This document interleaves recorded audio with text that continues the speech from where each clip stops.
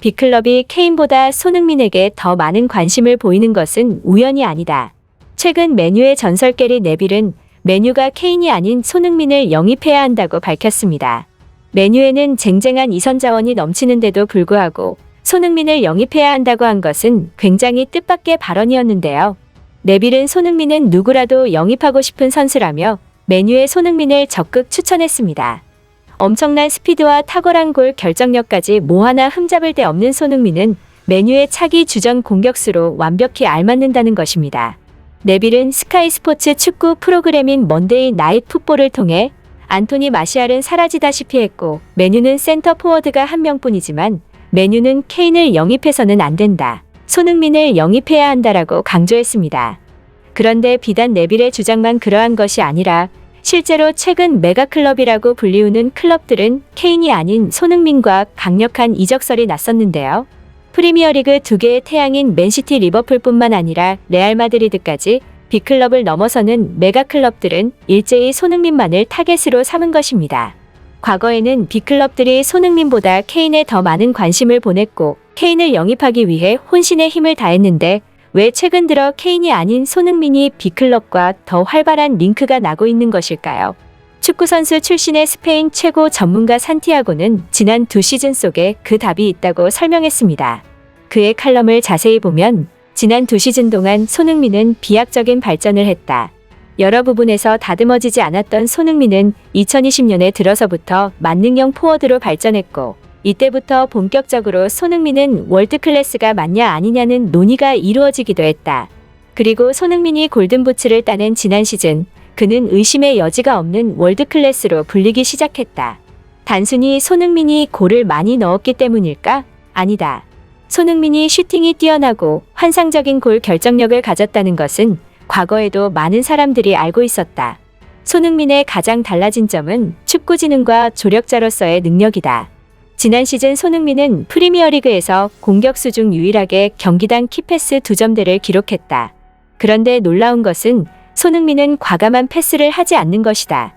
그는 언제나 리스크를 최소화하기 위해 안전한 선택지를 고르고 백패스의 빈도도 높은 편이다. 하지만 손흥민은 경기당 2점대의 키패스를 기록했다. 이것은 무엇을 말하는가? 그의 축구 지능이 프리미어리그 내에서도 최상 위급이라는 것이다.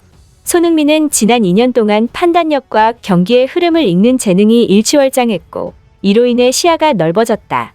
다시 말해 손흥민은 내노라 하는 플레이메이커들과 많은 부분에서 공통점을 가지게 되었다.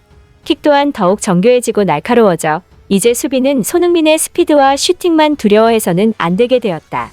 안전한 패스를 지향하는 손흥민의 플레이에 조금이라도 방심하는 순간 그는 순식간에 동료의 발 앞으로 킬러 패스를 찔러 넣을 것이기 때문이다. 손흥민은 지난 2시즌 동안 완전체로 발전했다. 역습에서 보여주었던 날카로움을 지공 상황에서도 보여주기 시작했다. 빅클럽은 반쪽짜리 선수를 선호하지 않는다.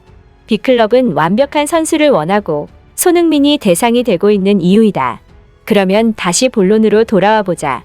케인과 손흥민의 차이는 무엇일까? 케인은 반드시 손흥민을 필요로 하지만 손흥민은 반드시 케인을 필요로 하지 않는 것이다. 물론 케인은 세계 최고의 스트라이커이고 그의 패싱력과 연계 플레이는 매우 뛰어나다. 하지만 환상적인 오프더볼로 뒷공간을 침투하는 손흥민에게 양질의 패스를 넣어줄 수 있는 선수는 케인 말고도 얼마든지 있다. 바르셀로나에도, 레알 마드리에도, 리버풀에도, 맨시티에도 손흥민에게 좋은 패스를 공급할 수 있는 선수가 존재한다. 하지만 케인에게 손흥민은 옹리원이다.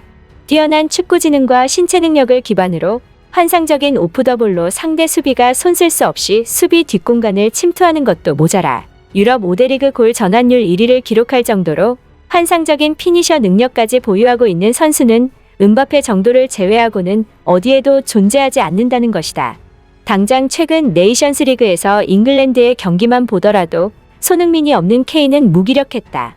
그는 후방으로 빠져서 동료를 이용해 공격의 활로를 열려고 했지만 손흥민 같은 움직임을 보여주는 선수가 없었고 전방에서 동료의 도움을 받고자 했지만 손흥민처럼 똑똑하게 킬러 패스를 넣어주는 선수도 없었다.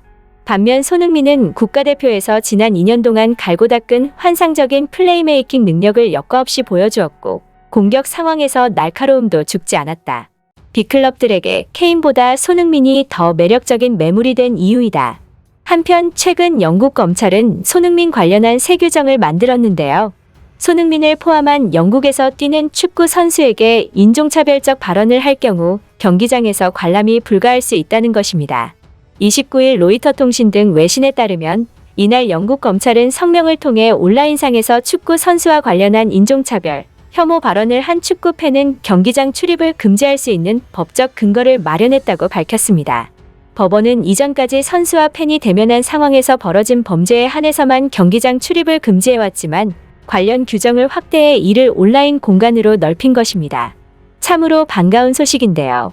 손흥민이 향후 어디서 뛰게 될지는 예측할 수 없는 것이지만 토트넘에 남는다면 본인이 원하는 행복 축구를 할 수 있기를 바라며 영상 마치겠습니다. 끝까지 시청해주셔서 감사합니다. 구독과 좋아요 꼭 좀 부탁드립니다.